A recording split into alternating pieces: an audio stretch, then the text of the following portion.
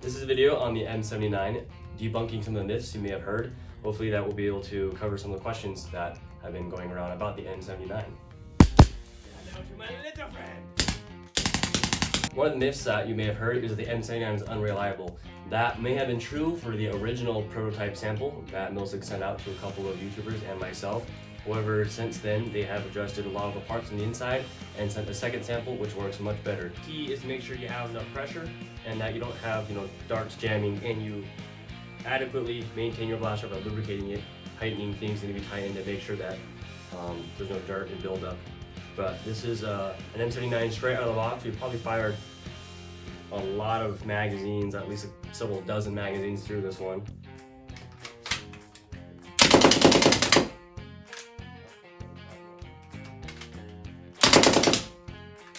There's a full auto. I'd say it works pretty well.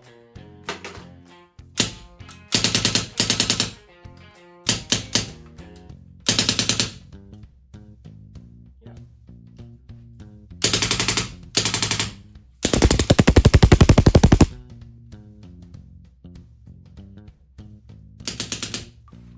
Another thing that people have been hearing is that the bolt will lock up and the blaster will be locked in safety mode and you won't be able to use it. Now that is actually a feature and not a malfunction. It's a safety feature that Milsig built in that you can read in the user manual on why it does that. Mostly just because if you have too little pressure or something is wrong internally, it will lock up and force itself into safety, requiring you to just reset the sear in the bolt by undoing these two screws here. The bolt lockup, however, I haven't been able to get to lock intentionally. But what that looks like is that the bolt will hit the sear, and then when you pull the trigger, it disengages. But on safety, the sear is locked in a position. The trigger is also locked. But to reset it, you'll just undo these two bolts.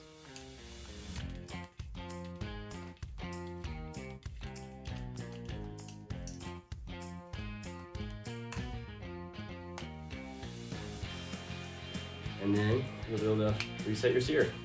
Boom. If you see a Milsig's manual, they have a cutaway view of this to show you the inside and how things look as well. 1, 2, 10. Merry Christmas, you filthy animal. One other myth is that you may have heard, the charging handle is purely cosmetic and the charging handle has no function. However, as you pull it, you can feel it pulling back on the bolt. That's the function. What it does is it resets the bolt. So if you're firing it, you can see the bolt travel, and if you get a dart jammed in there for whatever reason, you're stuck, and your bolt is now stuck forward. You gotta clear the jam, but the dart is hard to get out because you've got all the force from the bolt. So to clear the jam, you just pull back on the charging handle, and there you go. The bolt is retracted, reset, dart falls clear, and you're ready to fire again. And that's again, jam dart, pull the handle, you're good to go. Okay, another thing we hear a lot of is that HP8 is less safe than your typical Nerf. Now, there are certain things that are true about that, like the air pressure is definitely significantly higher, meaning you have a lot more kinetic pressure.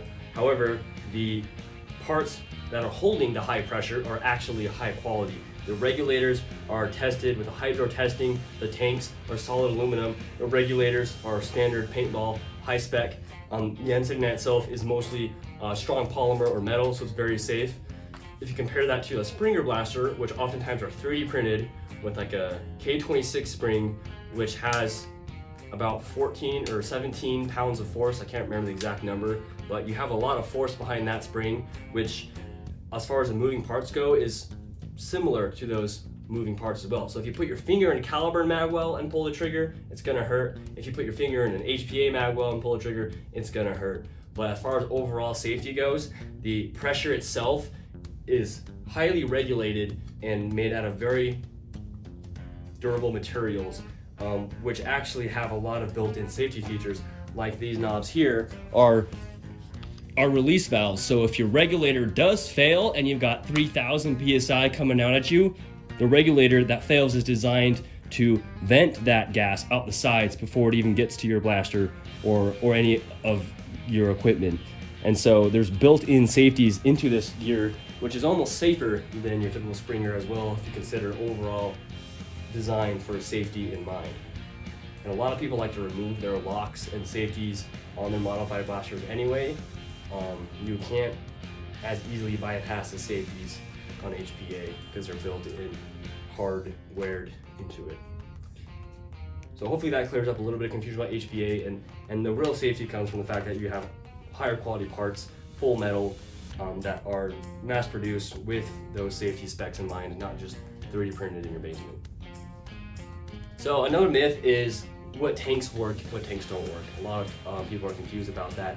You want a tank with a second stage regular output of 800 psi, and then you're good to go. Anything with a pressure of 800 psi, whether it be a CO2, remote line, or blah long stock, as long as your tank has 800 psi output, you're good to go. That means you cannot use an SLP, which is super low pressure tank, and some other types of tanks which are designed to output less than 800. As long as you got 800 here, you're good. For example, you can use an HK Army tank. This outputs, again, first stage regulator is 800 psi. And so as long as your tank is rated for 800 psi output, you're good to go. You can't use anything less than 800. 800 psi, so no SLP. There are a large variety of air tanks for paintball and airsoft out there. You want one that's HPA, not LPA, or that's low pressure air. You also don't want SLP, which is super low pressure air. And all those have below 800 output. So as long as you get 800 output, you'll be able to feed your M79 its delicious air juices. The 12th myth is, wait, how many myths are there? 7? That's number 6. 6.